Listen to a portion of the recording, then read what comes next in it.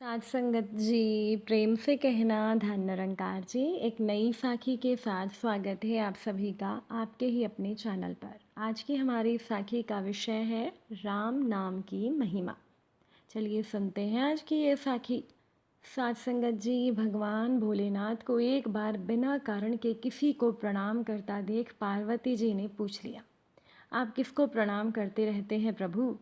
तो भगवान शिवजी माँ पार्वती से कहते हैं कि हे देवी, जो व्यक्ति एक बार राम कहता है उसे मैं 3 बार प्रणाम करता हूँ। तो पार्वती जी ने एक बार भगवान शिवजी से पूछा कि आप शमशान में क्यों जाते हैं और ये चिता की भस्म आप अपने शरीर पर क्यों लगाते हैं। उसी समय शिवजी पार्वती जी को शमशान ले गए। वहाँ एक शव अंतिम संस्कार के लिए लाया गया। लोग राम नाम सत्य है कहते हुए शव को ला रहे थे। भगवान शिव ने कहा, देखो पार्वती, इस शमशान की ओर जब लोग आते हैं तो राम नाम का स्मरण करते हुए आते हैं और इस शव के निमित्त से कई लोगों के मुख से मेरा अति प्रिय दिव्य राम नाम निकलता है। उसी को सुनने मैं शमशान में आता हूँ और इतने लोगों के मुख से राम नाम का जाप करवाने में निमित्त बनने वाले इस शव का मैं सम्मान करता हूँ, प्रणाम करता हूँ और अग्नि में जलने के बाद उसकी भस्म को मैं अपने शरीर पर लगा लेता हूँ। राम नाम बुलवाने वाले के प्रति मुझे अगाध प्रेम रहता है। एक बार भगवान शिवजी कैलाश पर पहुँचे और पार्वती जी से भोजन मांगा। पार्वती जी विष्णु सहस्त्र नाम का पाठ कर रही थी। पार्वती जी ने कहा, अभी पाठ पूरा नहीं हुआ, कृपया थोड़ी देर प्रतीक्षा करें। शिवजी ने कहा, इसमें तो समय और श्रम दोनों लगेंगे। संत लोग जिस तरह से सहस्त्र नाम को छोटा कर लेते हैं और नित्य जपते हैं, वैसा उपाय कर लो। पार्वती जी ने पूछा, वो उपाय कैसे करते हैं, मैं सुनना चाहती हूँ। शिवजी ने बताया, केवल एक बार राम कह लो, तुम्हें सहस्त्र नाम भगवान के 1000 नाम लेने का फल मिल जाएगा। एक राम नाम 1000 दिव्य नामों के समान है। तो पार्वती जी ने वैसा ही किया। साथ संगत जी, भगवान का नाम सभी आपदाओं को हरने वाला, सभी संपदाओं को देने वाला होता है। सारे संसार को विश्राम शांति प्रदान देने करने वाला है। इसीलिए हमें भी भगवान का नाम ज़रूर लेना चाहिए। साथ संगत जी, एक संत महात्मा श्यामदास जी रात के समय श्री राम नाम का जाप करते हुए अपनी मस्ती में चले जा रहे थे। जाप करते हुए वो एक गहरे जंगल से गुजरे। विरक्त होने के कारण वो महात्मा बार बार देशाटन करते रहते थे। किसी एक जगह पर वो ज़्यादा रुकते नहीं थे। वो ईश्वर नाम प्रेमी थे, इसीलिए दिन रात उनके मुख से राम नाम जप चलता रहता था। स्वयं राम नाम का जाप करते और औरों को भी उसी रास्ते पर चलाते। तो महात्मा जी जंगल में मार्ग भूल गए थे, पर अपनी मस्ती में चले जा रहे थे कि जहाँ राम ले चले वहाँ चलूँगा।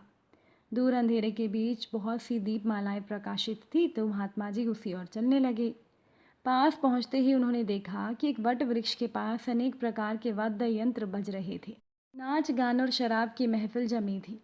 कई स्त्री पुरुष साथ में नाचते कूदते हंसते तथा औरों को हंसा रहे थे। तो महात्मा जी को महसूस हुआ कि ये मनुष्य नहीं, ये प्रेत आत्माएं हैं। महात्मा जी को देखकर एक प्रेत ने उनका हाथ पकड़कर कहा, ओ मनुष्य, हमारे राजा तुझे बुला रहे हैं, चल। वे मस्त भाव से राजा के पास गए, जो सिंहासन पर बैठा था। राजा के इर्द गिर्द प्रेत खड़े थे। तो प्रेत राज ने कहा, तुम इस ओर क्यों आए हो? हमारी मंडली आज मदमस्त हुई है, इस बात का तुमने विचार नहीं किया? क्या तुम मौत से नहीं डरते? अट्टाहस करते हुए महात्मा बोले, मौत का डर और मुझे? राजन, जिसे जीने का मोह हो उसे मौत का डर होता है। हम साधु लोग तो मौत को आनंद का विषय मानते हैं। ये तो देह परिवर्तन है, जो प्रारब्ध कर्म के बिना किसी से हो नहीं सकता। प्रेतराज ने कहा, तुम जानते हो हम कौन हैं? महात्मा ने कहा, मैं अनुमान करता हूँ कि आप प्रेत आत्मा हो। तो प्रेतराज ने कहा, तुम जानते हो कि लोग हमारे नाम से डरते हैं। महात्मा जी बोले, प्रेतराज, मुझे मनुष्यों में गिनने की गलती मत करना। हम जिंदा दिखते हुए भी जीने की इच्छा से रहित मृत्यु तुल्य हैं। अगर जिंदा मानो तो भी आप हमें मार नहीं सकते। जीवन मरण कर्माधीन है। मैं एक प्रश्न पूछ सकता हूँ क्या? महात्मा की निर्भयता देखकर प्रेतों के राजा को हैरानी हुई कि प्रेत का नाम सुनते ही मर जाने वाले मनुष्यों में एक इतने निर्भय होकर बात कर रहा है। सचमुच ऐसे मनुष्य से बात करने में कोई हरकत नहीं। तो प्रेतराज ने कहा, बोलो क्या प्रश्न है? महात्मा ने कहा कि यहाँ आप आनंद उत्सव क्यों मना रहे हैं, क्या हुआ है? तो प्रेतराज बोले कि मेरी इकलौती बेटी योग्य पति ना मिलने के कारण अब तक कुंवारी है, लेकिन अब योग्य जमाई मिलने की संभावना है। कल उसकी शादी है, इसीलिए उत्सव मनाया जा रहा है। तो महात्मा ने हंसते हुए कहा, तुम्हारा जमाई कहाँ है, मैं उसे देखना चाहता हूँ।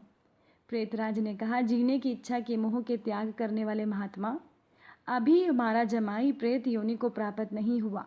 वो इस जंगल के किनारे एक गांव के श्रीमंत का बेटा है। महादुराचारी होने के कारण इस वक्त वो भयानक रोग से पीड़ित है। कल शाम से पहले उसकी मौत हो जाएगी, फिर उसकी शादी मेरी बेटी से होगी। इसीलिए रात भर हम गीत नृत्य करेंगे, आनंद उत्सव मनाएंगे। तो महात्मा जी वहाँ से विदा होकर श्री राम नाम का जाप करते हुए जंगल के किनारे के गांव में पहुँच गए। उस समय सुबह हो गई थी। एक ग्रामीण से महात्मा ने पूछा कि इस गांव में क्या किसी श्रीमान का बेटा बीमार है? तो ग्रामीण ने कहा, हाँ महाराज, नवल शाह सेठ का बेटा साकलचंद 1 साल से रोगग्रस्त है। बहुत उपचार किए पर उसका रोग नहीं ठीक हो रहा। तो महात्मा सेठ के घर पहुँचे। वहाँ पर उसके बेटे की हालत बहुत गंभीर थी। अंतिम घड़ियाँ थी, फिर भी महात्मा को देखकर माँ बाप के अंदर आशा की किरण जागी। उन्होंने महात्मा का स्वागत किया। तो सेठ पुत्र के पलंग के निकट आकर वो साधु महात्मा राम नाम की माला जपने लगे।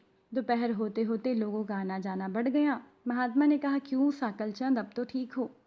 साकलचंद ने आंखें खोलते ही अपने सामने एक संत को देखा तो रो पड़ा। बोला, महात्मा जी, आप मेरा अंत सुधारने के लिए पधारे हो। मैंने बहुत पाप किए हैं, भगवान के दरबार में मैं कैसे मुंह दिखाऊंगा। फिर भी आप जैसे संत के दर्शन हुए, ये मेरे लिए शुभ संकेत है।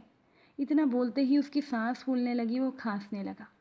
महात्मा बोले, बेटा निराश ना हो, भगवान राम पतित पावन है।